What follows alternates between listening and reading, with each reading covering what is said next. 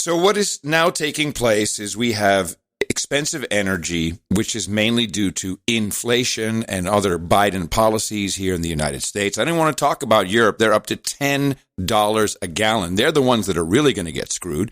So I look forward to the repeat of the 70s. Running on themselves. I look forward to the repeat of the 70s. In the 70s, we had... I've been putting my list together. Well, did you see the announcement from the International Energy Agency? No.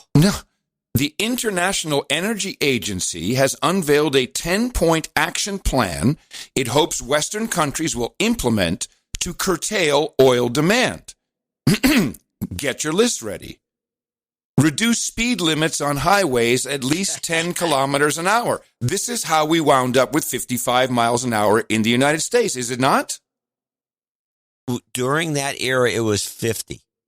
50. All right, you're right. But it was lowered to conserve. There were oil. Okay, I can tell you, because I remember this clearly. There were numerous places, especially in Nevada, and I think places back east, and of course the Autobahn in Europe. But in Nevada, there was at least half the state had no speed limit. So you could take your Countach and you take your Ferrari to Nevada, Countach. and you could punch it, and you could go like a bat out of hell on some road in Nevada and be pretty safe. All right. Thanks for the history lesson. Was the speed limit in general lowered to 50 to conserve oil or not? Yes, yeah. Thank you. The impact, according to... I thought you wanted a history lesson. I was going to give you some more stories, but go on. The International Energy Agency says the impact will save around 290,000 barrels of oil use per day from cars. Yeah. And an additional 140,000 barrels per day from trucks. The next suggestion, work from home up to 3 days a week where possible. That's your de facto climate lockdown. Now, my favorite, car-free Sundays in cities. I called it. The impact every Sunday saves around 380,000 barrels per day. One Sunday a month saves 95,000 barrels per day. Make use of public transport cheaper and incentivize micro-mobility, walking, and cycling. So much for your progress, slaves. Alternate private car access to roads in large cities. I'm not quite sure what that means. Oh, I'm sorry. Alternate. Yeah, so you won't be able to drive on even days, only on odd days. That's not going to happen. It's going to happen. Increase car sharing and adopt practices to reduce fuel use. Well, of course. Promote efficient driving for freight trucks and delivery of goods. That's your Tesla trucks. Use high-speed and night trains instead of planes where possible. Hello, Warren. I use the high-speed night train here in the Bay Area. Yeah. Hello, Warren Buffett.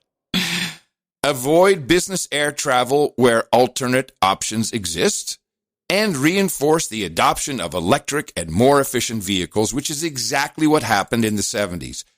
Half of these points took place, including, as I just learned, in 1974, apparently, the United States did pass law to keep daylight saving time consistent.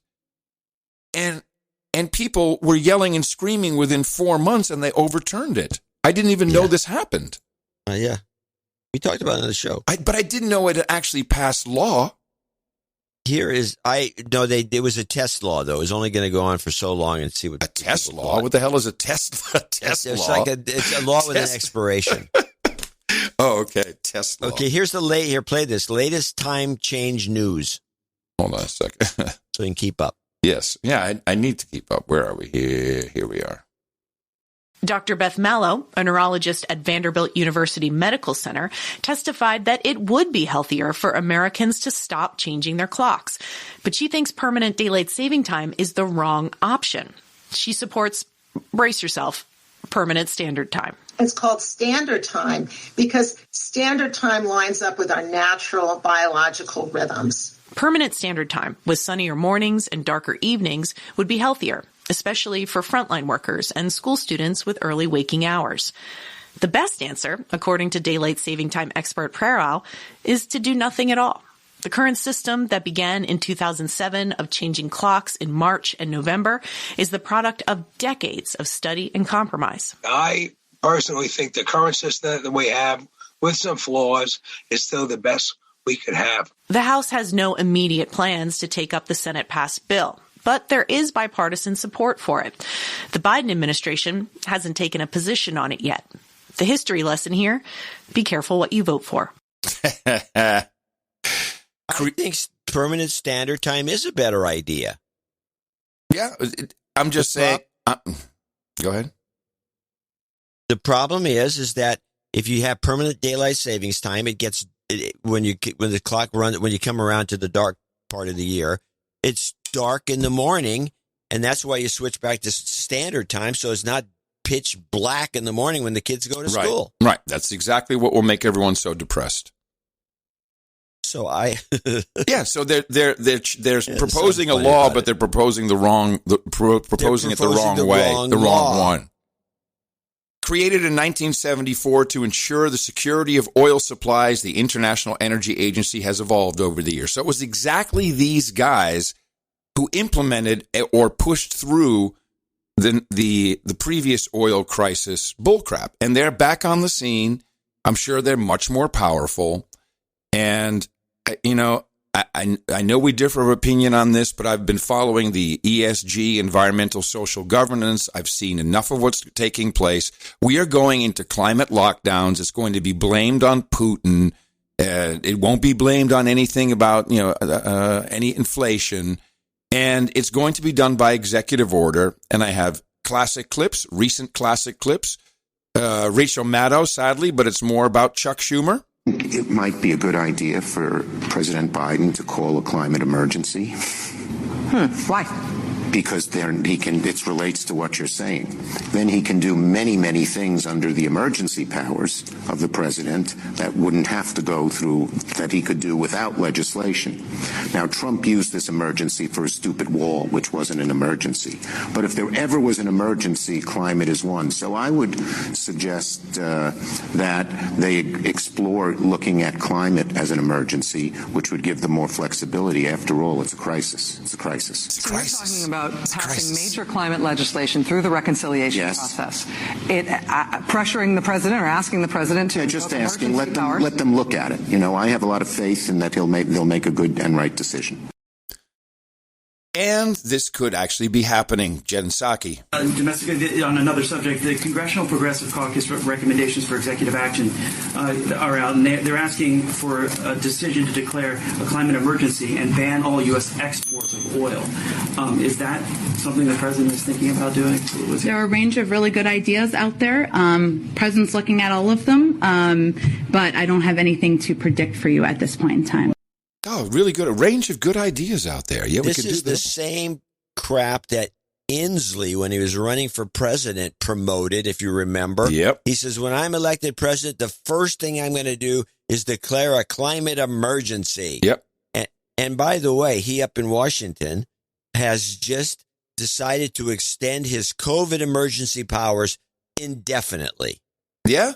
It's great when you have these this emergency is the kind powers. Of dipshit Democrat demagogues that all want to be little Hitlers they're all in the same boat together. I don't think it's Schumer's one of them. I don't think it's unique though. I don't think it's unique when these little MFers get power, Republican, Democrat. I don't think it affects people all the same. Well, I'm not going to argue that the fact that the Republicans are just as bad as they're proving during this Ukraine crisis. But in fact, they may be worse in some situations. So now let me bridge what I think is going on, because again, I see this only as financial, and there's a reason why Russia was allowed to make their coupon payment, even though it's supposed to be this big you're deplatformed, you can't use the SWIFT system anymore. So that's bull crap. They're bringing down the whole system, and the ESG captured corporations are all in on it. and it's going to come down to punishing us. Now you can help combat climate change with Aspiration Zero, the credit card that rewards you for going carbon neutral. For a limited time, get a $300 bonus when you open an account and spend $3,000 in the first 90 days. Terms and conditions apply. Visit aspiration.com/credit for more information. The Aspiration Zero MasterCard is issued by Beneficial State Bank, member FDIC, pursuant to license by MasterCard International Incorporated. There's your carbon credits built right into your credit card. And by the way, I think the fast-talking dipshit is perfect. Shows you where they're coming from. Yeah. Don't listen too close. So it makes no sense. It really doesn't. Something is very amiss with this situation, and Putin is also lying.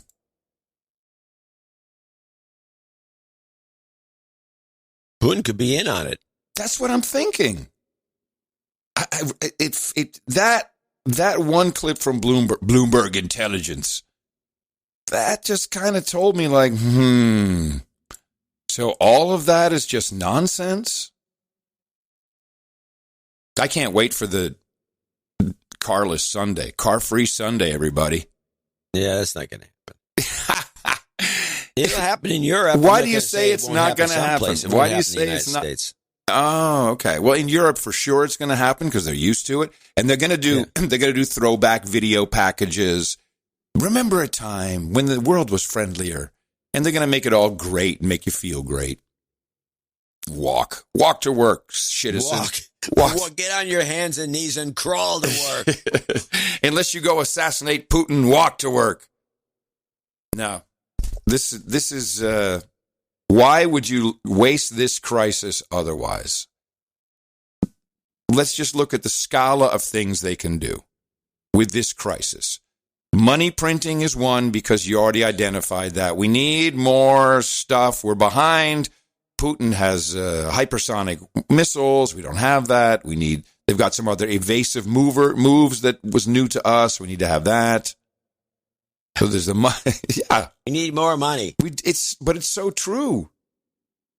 It's really, really true. It's true. It's true. All right, what else? Anyway, look for UNICEF to be out in full force with their hashtag Creators for Peace. So we're going to get a lot more TikTok shit coming your way. Let's